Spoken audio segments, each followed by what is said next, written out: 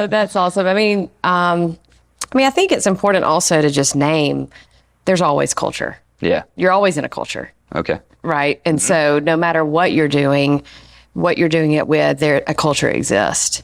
And I think what I hope to instill in myself and then hopefully create somewhat of inspiration to others is kind of taking your power back over your own culture. And being very intentional with it. And so that's kind of what Ripple has been about, is kind of letting people understand at the end of the day, Brandon and I have talked about this over the years, one day we're going to be 95 years old and we're going to be sitting on our rocking chairs and we're going to ask what mattered?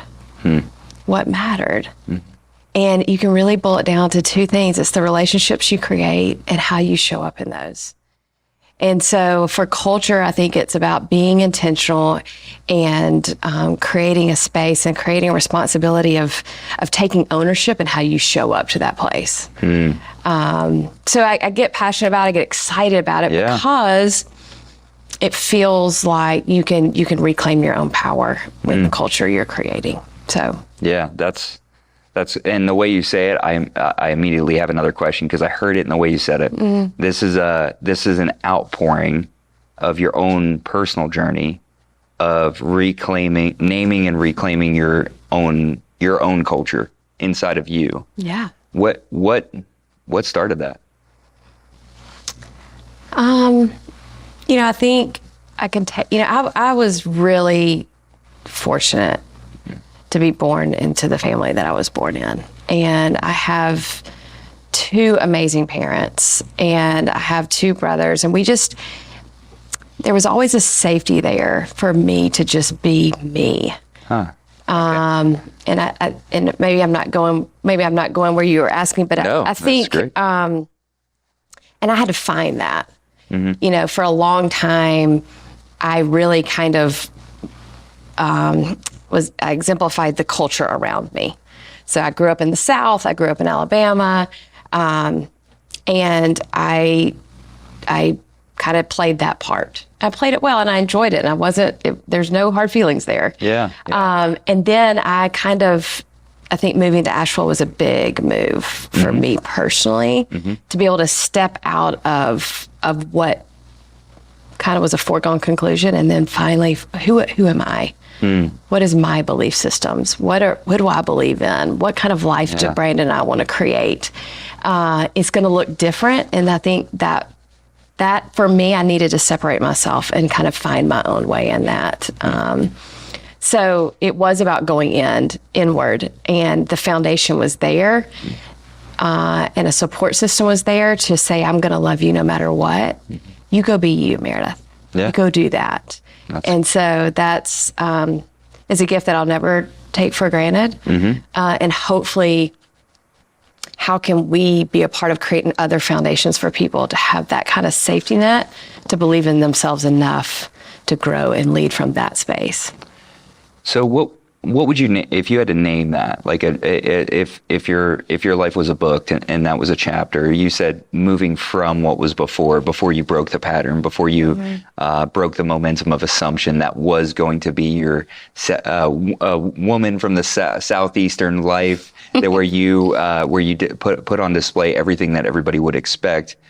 What would that chapter of your life be named? And when you started to really come into your own, what would that one have been named? That's good, Brian. I've talked about this a lot, but I think I can really boil down everything to kind of one guiding principle that I feel like I've gone, and it's live by what you trust, not by what you fear. And I think that chapter would have been about fear, not in a scary way, but just in a not trusting who I am, but just in a fear of I don't want to rock the boat. I don't want to. I'm a people pleaser from way back, right? I like people to like me. Yeah. And so, but that was fear driving that. Okay. And then stepping into the journey and this like Brandon, I know y'all talked about that. His is these sliding door moments of us saying, we're going to do it different. But we got to go from what we trust in and who we trust we are and what our path needs to be. And it's going to look different. But I think that has shaped my life more than anything, is just living from that space, because it takes a lot of courage. Yeah. It takes a lot of courage to do that. So yeah, it does. When you start to break free from that, and I'm not done. I'm just in process. Me neither. And it's great having the opportunity to be in process with both you and Brandon and so many other great people that we get to be around. Yeah. But if you had to give people permission to break one fear, to break that pattern, what would that be? The one that you see, from your perspective as a female leader, from your perspective as someone who's come up and had success, supporting somebody as they're growing an organization, being a part of growing that organization, and growing your own culture in your home with your family, all at the same time. But, what would you speak into that person? What would you give them permission to break as far as one of those fears? I mean, I do think it really just goes back to give yourself the big permission to be curious about what lights you up. Yeah. Like, just be curious about that, and then make decisions from that space. Because we're not here to do it all like we've been taught to do. I mean, there's definitely great ways, and there's definitely examples and ways of doing things. But what I hope to encourage people to do is, what is it going to take to make your light shine just a little brighter? And then the next day, what does it take to shine a little brighter? Yeah. I was listening to this great podcast. I can't remember now. Oh yeah, it was 2 days ago, but she was talking about the darkness and dark, and being in dark spaces and being in dark times. And I think someone advised her that darkness has no power. Yep. It's just a space where you haven't turned your light on yet.